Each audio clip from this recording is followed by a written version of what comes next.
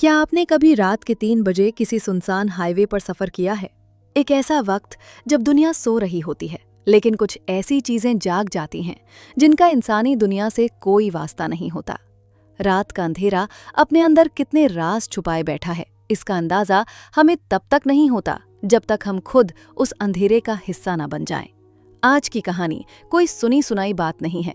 ये एक ऐसी खौफनाक घटना है जिसने 15 साल के एक तजुर्बेकार इंसान के रोंगटे खड़े कर दिए, और शायद आज रात आपके भी करते।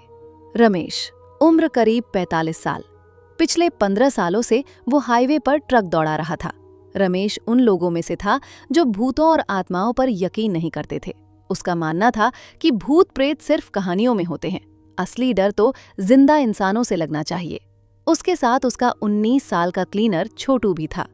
उस रात रमेश का ट्रक महाराष्ट्र और मध्य प्रदेश के बॉर्डर के करीब एक घने जंगल के बीच से गुजरने वाले पुराने हाईवे पर था। ये हाईवे दिन में तो ठीक रहता था, लेकिन रात होते ही यहाँ का नज़ारा किसी डरावनी फिल्म जैसा हो जाता था। सड़क के दोनों तरफ ऊंचे ऊंचे पेड़, जिनकी टहनियां सड़क पर इस तरह झुकी हुई थीं जैसे कोई विशाल हाथ ट्रक को पकड़ने की कोशिश कर रहा हो। रात के लगभग 2:30 बज चुके थे। छोटू, जो दिन भर की थकान से चूर था, अपनी सीट पर गहरी नींद में सो चुका था। कैबिन में सिर्फ 2 ही आवाजें थीं, एक छोटू के खर्राटों की और दूसरी ट्रक के पुराने डीजल इंजन की। रमेश एक हाथ से स्टीयरिंग संभाले हुए था और दूसरे हाथ से बीड़ी पी रहा था। रेडियो पर किशोर कुमार का कोई पुराना गाना बहुत धीमी आवाज में बज रहा था। सब कुछ एकदम नॉर्मल था, लेकिन कहते हैं ना, तूफान से पहले की शांति सबसे ज्यादा खतरनाक होती है। घड़ी में रात के 2:55 हो रहे थे। अचानक ट्रक का रेडियो, जो अब तक साफ बज रहा था, उसमें घरघराहट होने लगी। खर्र खर्र। किशोर कुमार की आवाज किसी अजीब सी डरावनी आवाज में बदल गई। रमेश ने झल्ला कर रेडियो बंद कर दिया। उसी वक्त बाहर का मौसम अचानक बदलने लगा। सड़क पर एक अजीब सा सफेद कोहरा छाने लगा। कोहरा इतना घना था कि ट्रक की हेडलाइट की रोशनी भी बस कुछ मीटर दूर तक ही जा पा रही थी। रमेश ने ट्रक की स्पीड थोड़ी कम कर ली। तभी उसकी नजर सड़क के किनारे पड़ी। हेडलाइट की पीली रोशनी में कोहरे के बीच से एक धुंधला सा साया उभरने लगा। रमेश ने आंखें सिकोड़ कर देखा। वहां उस सुनसान जंगल के बीचों बीच एक लड़की खड़ी थी। उसने सिर से पैर तक सफेद लिबास पहना हुआ था। उसके कपड़े नीचे से कीचड़ में सने हुए थे।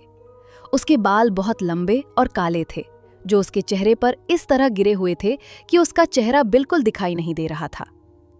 रमेश के पैरों ने अचानक ब्रेक पर हल्का सा दबाव डाला। ट्रक की स्पीड 40 पर आ गई। रमेश के दिमाग में खतरे की घंटी बजने लगी। इतनी रात को इस घने जंगल में कोई लड़की अकेली कैसे हो सकती है, और वो भी इतने पुराने कपड़ों में। दिमाग कह रहा था कि एक्सीलेटर दबाओ और यहां से निकल चलो। हाईवे का नियम है, रात के वक्त किसी के लिए गाड़ी मत रोको। लेकिन जैसे ही ट्रक उस लड़की के करीब पहुंचा, लड़की ने धीरे से अपना एक हाथ उठाया और लिफ्ट मांगने का इशारा किया। रमेश का दिल पसीज गया। शायद किसी मुसीबत में होगी, गाड़ी खराब हो गई होगी, या कोई बदतमीजी कर रहा होगा। ये सोचकर रमेश ने इंसानियत के नाते ट्रक को किनारे पर रोक दिया। ट्रक रुकते ही वहां कब्रिस्तान जैसी खामोशी छा गई। रमेश ने कंडक्टर साइड का शीशा नीचे किया। कोहरे के साथ साथ एक अजीब सी सरांध, जैसे कई दिनों से बंद किसी कमरे की सीलन भरी बदबू केबिन के अंदर भर गई।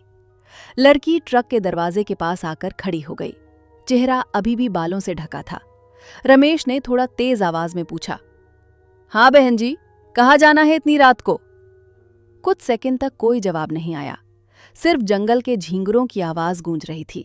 फिर एक बेहद ठंडी, खोखली और कांपती हुई आवाज रमेश के कानों में पड़ी।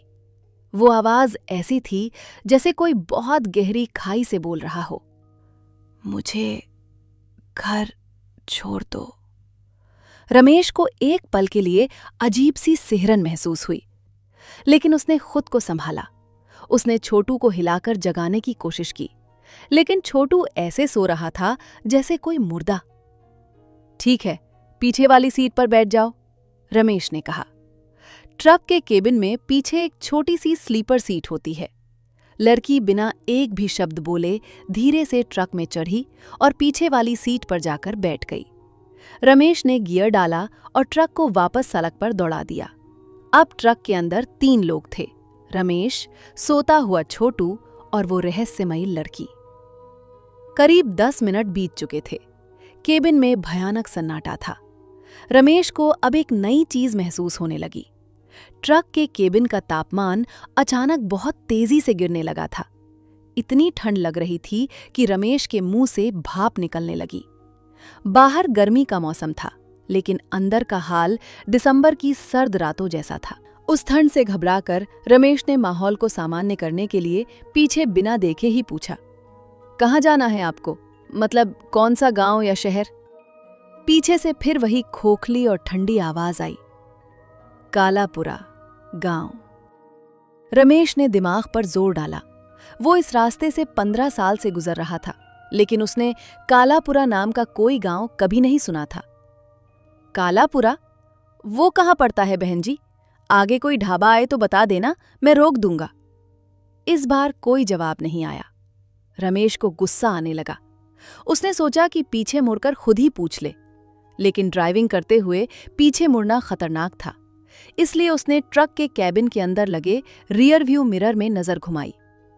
जैसे ही रमेश की नजर उस शीशे पर पड़ी, उसकी सांसें हलक में अटक गईं। उसकी आंखें फटी की फटी रह गईं।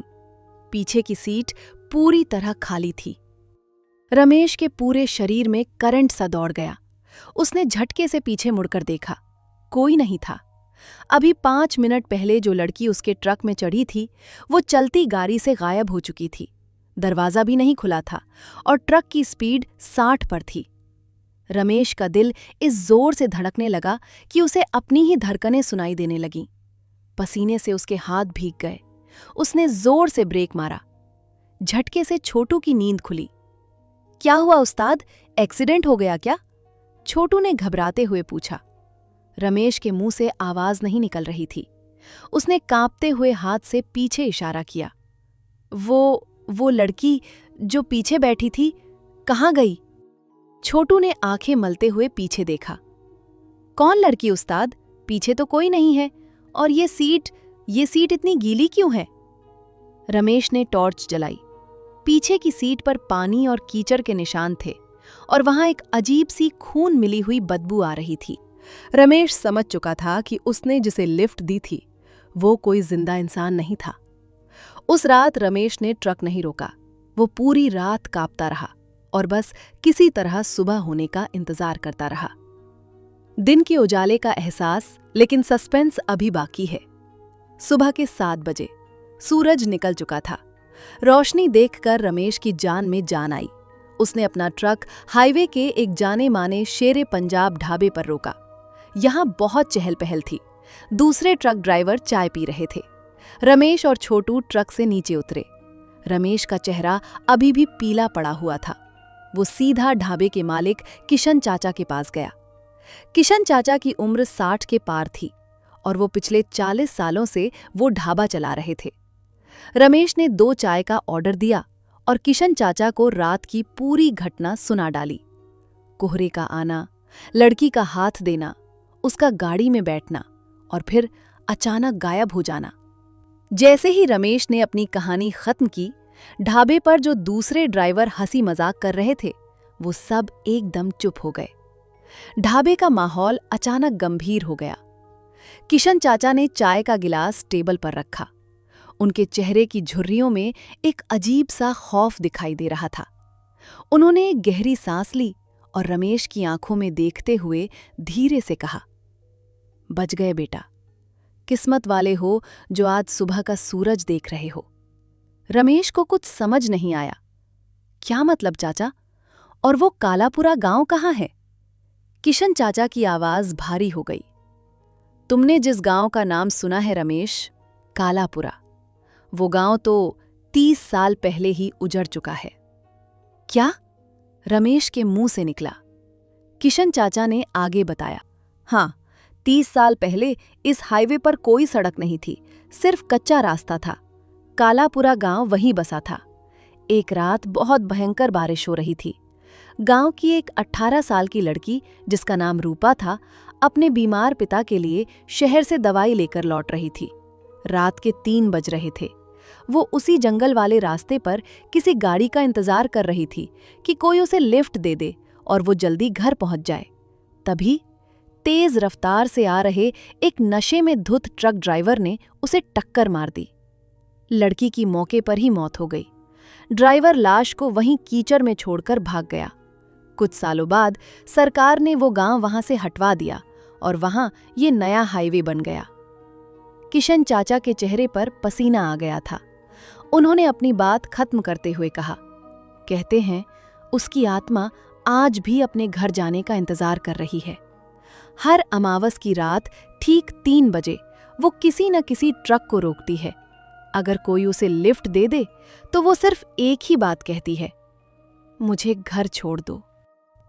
रमेश की नसें सुन्न पड़ गई थीं। वो पत्थर की मूरत बन चुका था। उसे यकीन नहीं हो रहा था कि बीती रात वो मौत के इतने करीब से गुजरा था। वो आराम से कुर्सी पर बैठा था। उसके एक हाथ में गर्म चाय का कांच वाला गिलास था। दिन का उजाला था, चारों तरफ लोग थे, इसलिए रमेश खुद को सुरक्षित महसूस कर रहा था। रमेश ने गहरी सांस ली और चाय पीने के लिए गिलास होठों के करीब लाया। उसी वक्त उसकी नजर ढाबे के बाहर खड़े अपने ट्रक पर गई। ट्रक धूप में खड़ा था, लेकिन जब रमेश की नजर ट्रक के बाहर लगे साइड मिरर पर पड़ी, रमेश के हाथ से चाय का गिलास छूट गया। ढाबे के सारे लोग चौंक कर रमेश की तरफ देखने लगे, लेकिन रमेश की आंखें फटी रह गई थीं। उसका शरीर लकवा मार गया था, क्योंकि उस कड़ी धूप में, उस भीड़-भाड़ वाले ढाबे के बाहर, रमेश के ट्रक के अंदर पीछे वाली सीट पर वही सफेद कपड़ों वाली लड़की बैठी हुई थी, और इस बार उसके चेहरे से बाल हटे हुए थे। उसका चेहरा खून और कीचड़ से सना था। आंखें पूरी तरह सफेद थीं और वो शीशे के पार सीधा रमेश की आंखों में देख रही थी, और उसके होंठ धीरे धीरे हिल रहे थे। तुमने मुझे घर क्यों नहीं छोड़ा रमेश? रमेश ने उस दिन के बाद फिर कभी ट्रक का स्टीयरिंग नहीं पकड़ा। वो आज भी उस खौफ से बाहर नहीं आ पाया है। तो अगली बार अगर रात के 3 बजे आपको सुनसान हाईवे पर कोई लिफ्ट मांगता हुआ दिखे, तो गाड़ी रोकने से पहले एक बार पीछे मुड़कर जरूर देख लेना। शायद कोई पहले से ही आपकी गाड़ी में बैठ चुका हो।